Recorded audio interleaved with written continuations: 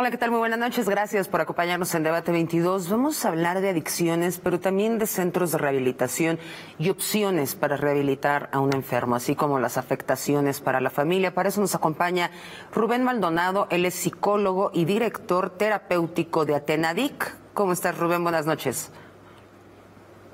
Hola, Kim. Muy contento de saludarte y gustoso de aquí de poder platicar contigo, con tu auditorio. Muchísimas gracias. También está Diana Gómez con nosotros, psicóloga también en Atenadic. Diana, buenas noches. Muy buenas noches, muchas gracias. Saludos a todos. Gracias. Rubén, empezamos contigo.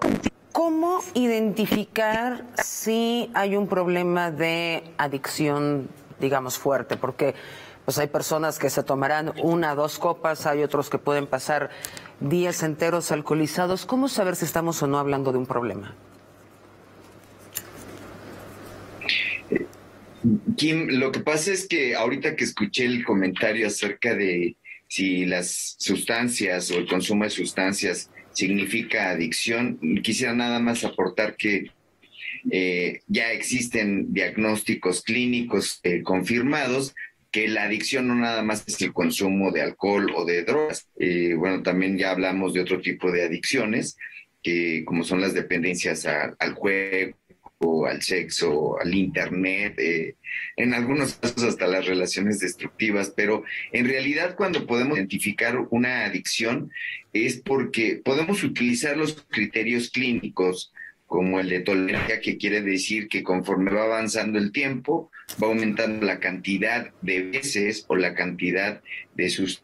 También va aumentando el tiempo o la constancia con la que lo va haciendo. O sea, va aumentando la cantidad, va aumentando la... el criterio clínico es el de el de dependencia.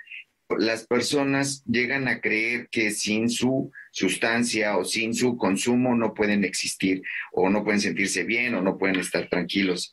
Y el otro criterio clínico que utilizamos para diagnosticar la enfermedad de la adicción es cuando una persona que pretende dejar de consumir o pretende dejar de utilizar lo que le está haciendo daño, en lugar de sentirse bien, se siente mal, se siente enojado, se siente de malas, tiene insomnio, le duele la cabeza, y muchos dicen que es como la cruda, y después en lugar de dejar de tomar, vuelven a tomar o siguen consumiendo. Entonces, utilizando esos criterios clínicos, Kim, podemos determinar el diagnóstico preciso de la adicción cuando hablamos de tolerancia, abstinencia y dependencia. ¿Cuál es la diferencia? De estos criterios, las personas que son usuarios o que llegan a probar algunas cosas, en algunas sustancias, definitivamente no van a crear una dependencia o no van a creer que es esencial en su vida.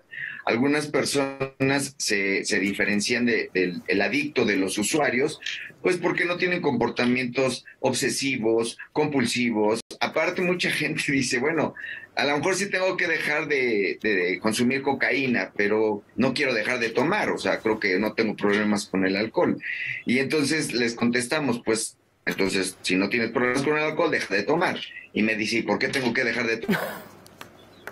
Todo un Nada más círculo tengo que vicioso. dejar de consumir cocaína. Y yo le digo, ¿y entonces por qué dejé de tomar alcohol? Exactamente.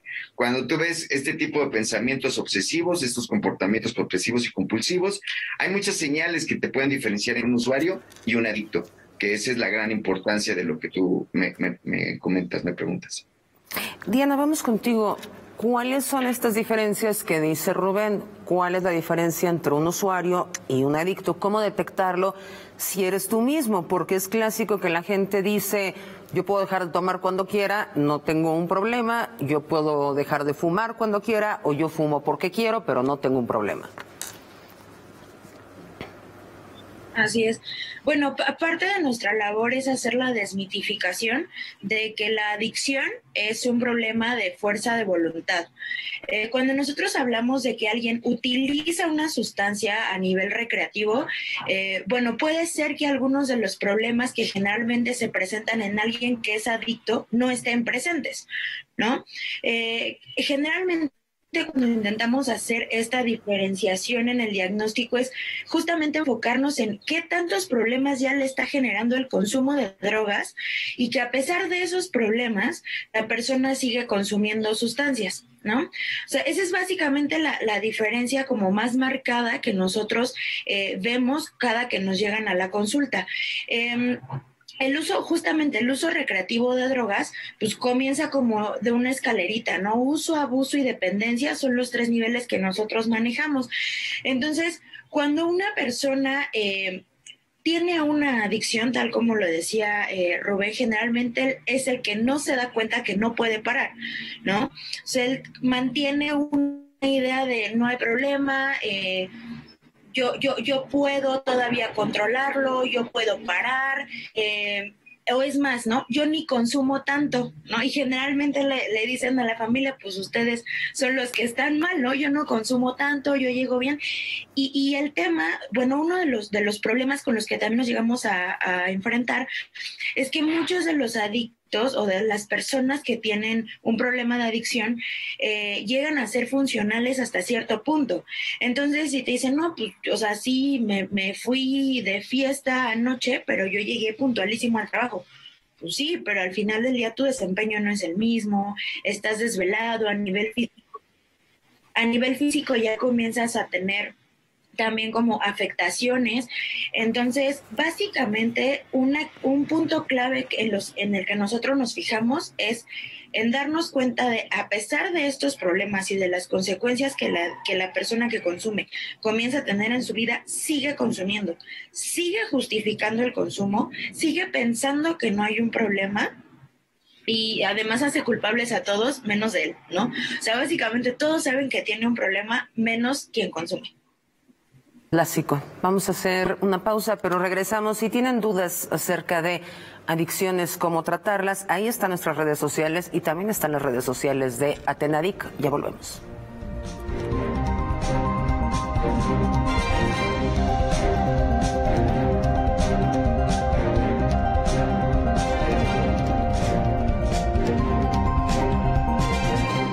Estamos de regreso en Debate 22. Rubén, antes del corte nos estaban explicando uso, abuso y dependencia de las sustancias. ¿Hay personas que se queden simplemente en el uso o es un tren involuntario que sigue su camino y que después caerá en el abuso? Hay diferentes opiniones, Kim, acerca de qué tan formal es como ir escalando estas formas de estar en relación con las sustancias.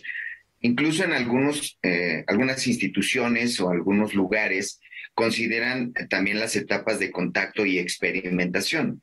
¿Qué quiere decir? Que si una persona que está propensa a caer en la adicción puede pasar por la etapa del contacto, la experimentación, el uso, el abuso y la dependencia, que son estas, digamos, etapas donde ya es más visible que no solamente estamos hablando de un consumo que ya no es recreativo, sino es un consumo de riesgo, es un consumo morboso, y que también ya no estamos hablando de un vicio, ya no estamos hablando de un tema que a lo mejor por fuerza de voluntad, como decía Diana, se puede dejar, y estamos hablando de la entrada de lleno a una enfermedad que te va a afectar físicamente, mentalmente y emocionalmente.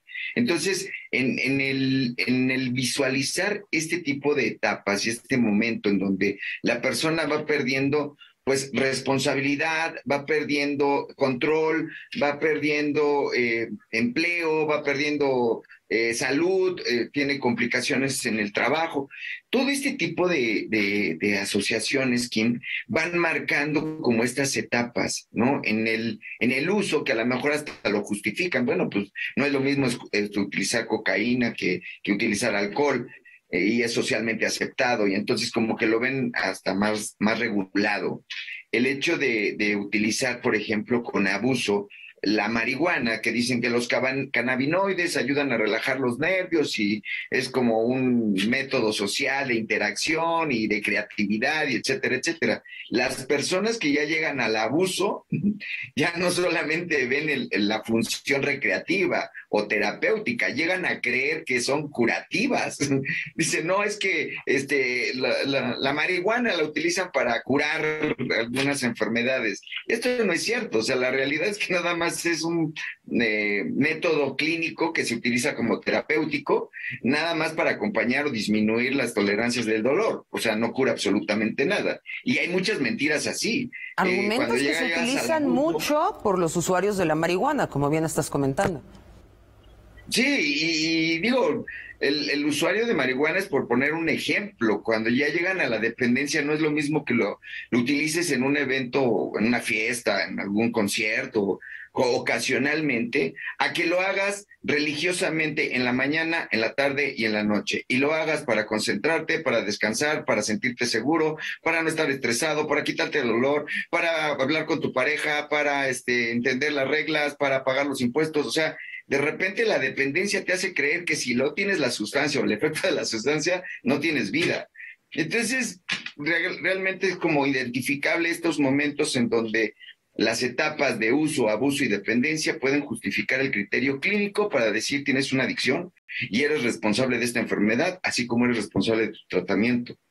No es que estemos hablando de culpas, estamos hablando de desengañarse. La gente cree que las drogas son el problema o que son satanizadas o etcétera, etcétera. O sea, estamos hablando de una enfermedad en donde antes de llegar al consumo de drogas hay muchos comportamientos y hay muchos antecedentes que hacen que las personas se vuelvan adictas. Y puede ser a las drogas, al sexo, al internet, a la comida, al dinero, hasta las relaciones destructivas. Entonces, creo que eso es lo importante, empezar a trabajar y a concientizar que el problema es de fondo, no de forma. Hay que trabajar a profundidad y hay que cambiar como esta responsabilidad de la cultura ante una enfermedad. No es un vicio ni es un dilema moral. Claro, porque si lo ves como una enfermedad, la persona que tiene cáncer, la familia no lo va a rechazar, al contrario, lo acoge, pero cuando se ven este tipo de enfermedades de vicio, drogadicción, alcoholismo, si es este rechazo en el que supones que él está así porque quiere. Diana, ¿cuáles son estos antecedentes que llevan a una persona a caer en el abuso? La lista es larguísima, o sea, podemos hablar desde una predisposición genética hasta el estilo de crianza de los padres, hasta algún tipo de trauma, violencia intrafamiliar. También, claro, y esto es alarmante porque cada vez en las que se han hecho el inicio del consumo de drogas, la edad de inicio del consumo de bajando cada vez más.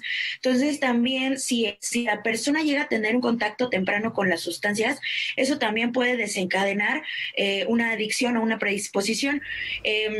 También un dato aquí importante, el 80% de las personas que desarrollan un problema de adicción en su infancia o preadolescencia pudieron haber estado diagnosticados con TDA o trastorno de déficit por atención e hiperactividad.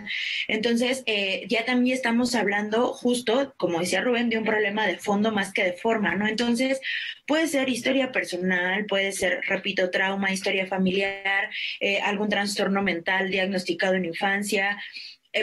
La lista puede ser muy larga, va a depender de la persona. También muchas veces ocurre que hay personas que tienen más factores de riesgo que factores de protección en el ambiente en el que se desarrollan, ¿no? O sea, estamos hablando aquí inclusive hasta del contexto, digo, no es lo mismo, sin llegar como a esta parte quizás clasista ni mucho menos, ¿no?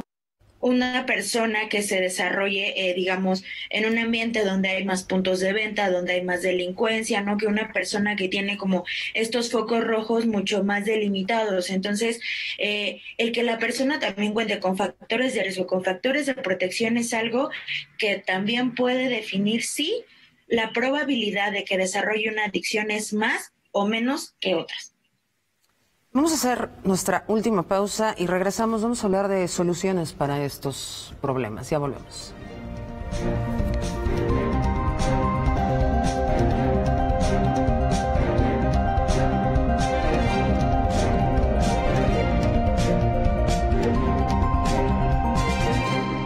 Estamos de vuelta en Debate 22. Rubén, un tema muy importante es Como familia, ¿cómo ayudas a una persona? ¿Quién necesita tratamiento?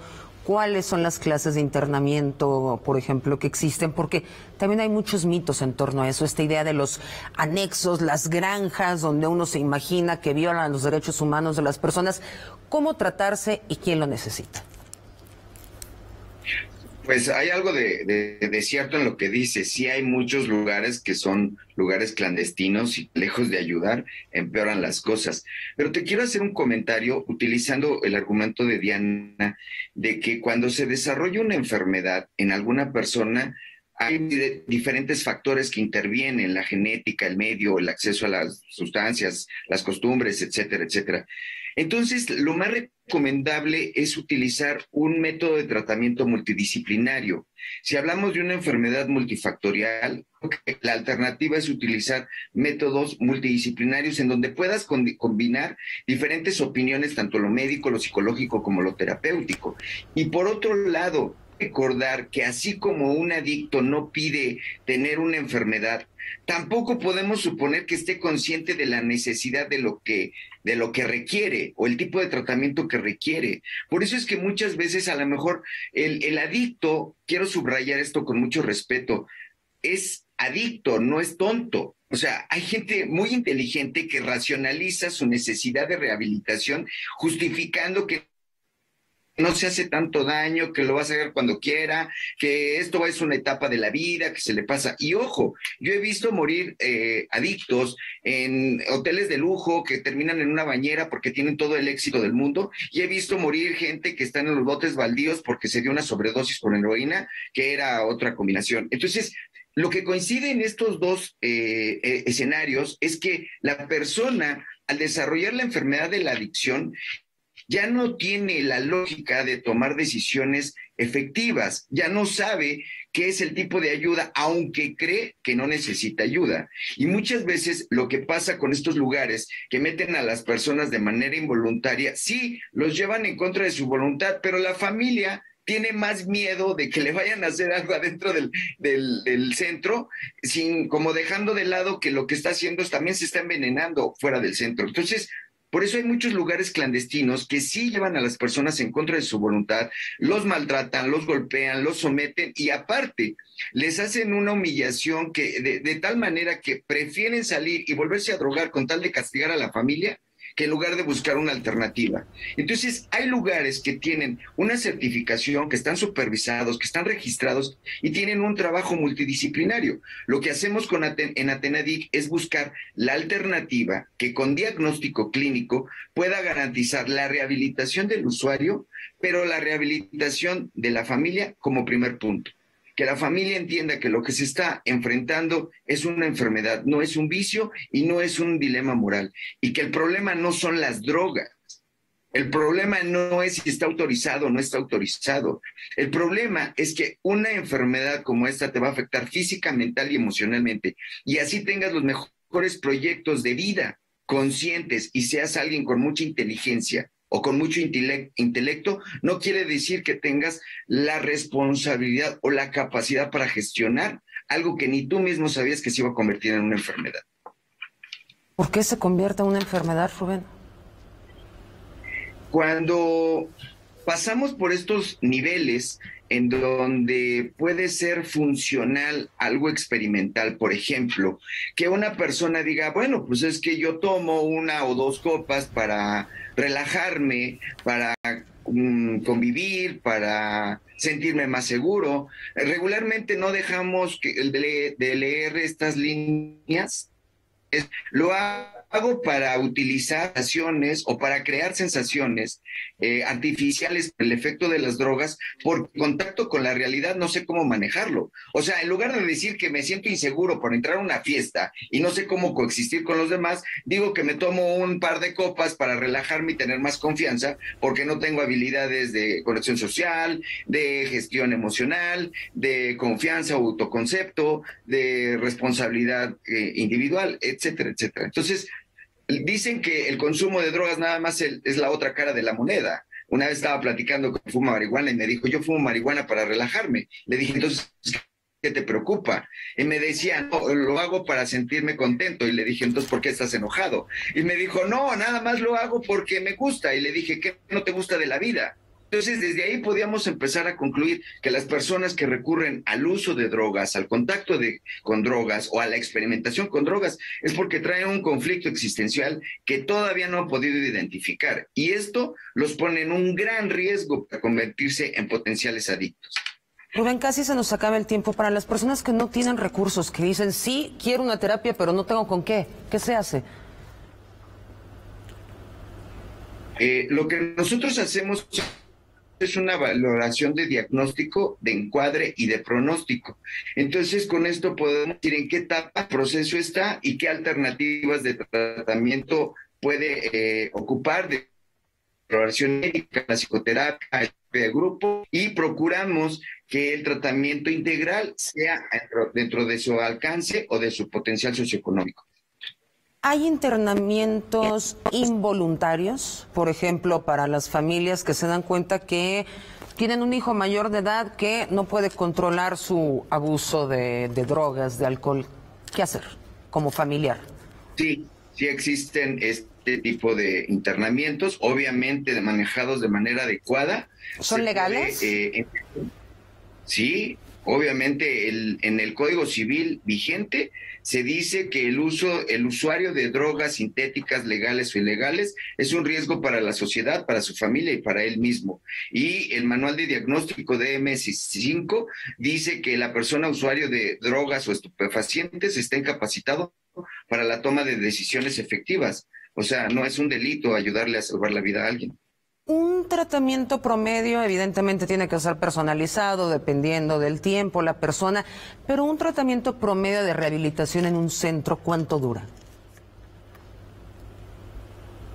De 28 a 30 días, a 42, 90 días, de variar los tiempos de estancia dependiendo de la evolución que tenga el usuario, Y en estos lugares les enseñan nuevos hábitos, hay terapia psicológica, psiquiátrica. Si es una persona que está deprimida, le diagnostican antidepresivos, ¿cómo funciona? El trabajo en equipo ayuda con esta fórmula. Si una persona genera una dependencia que ya se le hace visible en la personalidad y en sus costumbres, también le podemos quitar estas dependencias con creación de nuevos hábitos que se estructuran a partir de los 21 días y que forman un proyecto de vida completamente diferente, libre de dependencias. ¿El porcentaje de éxito cuál es, Rubén? El 90%. Guau, ¿el 90% no reincide y deja el hábito? Sí, es que buscamos ir más allá de la abstinencia de drogas. Lo que buscamos es una mejora en su calidad de vida, en cambios de juicios y actitudes, y obviamente la responsabilidad de que le puede generar una enfermedad de por vida, aprender a vivir con recuperación los días que le quedan. Es una maravilla. ¿Dónde los encontramos, Diana? ¿Cómo nos acercamos a ustedes? Puede ser a través de nuestras redes sociales. En Instagram y en Facebook estamos como Atenadic-1, a través de la página web atenadic.com, y nuestras oficinas físicas están en la calle de Orizaba 161 en la colonia Roma Norte. Rubén, entonces otra vida es posible y la recuperación es posible. Claro que sí, y está al alcance de todos. Y bueno, saber que la adicción es una enfermedad, es complejo y enmarca a la familia y todo el entorno social. Gracias por habernos acompañado, Rubén. Nos vamos a necesitar en otro programa porque este tema da para mucho, para contestar las preguntas de nuestro auditorio. Nada más te quiero hacer una petición. Claro. Si nosotros podemos tener otra conversación más, que queremos enfocarnos a la familia, queremos ayudar a estas personas que van a tomar las decisiones y que saben que la enfermedad de otra persona les está afectando la vida. Si tú me lo permites, con gusto podemos colaborar con eso. Claro que sí, para ver estos círculos de codependencia. Muchísimas gracias. Nos vemos pronto. Gracias, Rubén. Gracias, Diana. Y gracias por habernos acompañado. Buenas noches.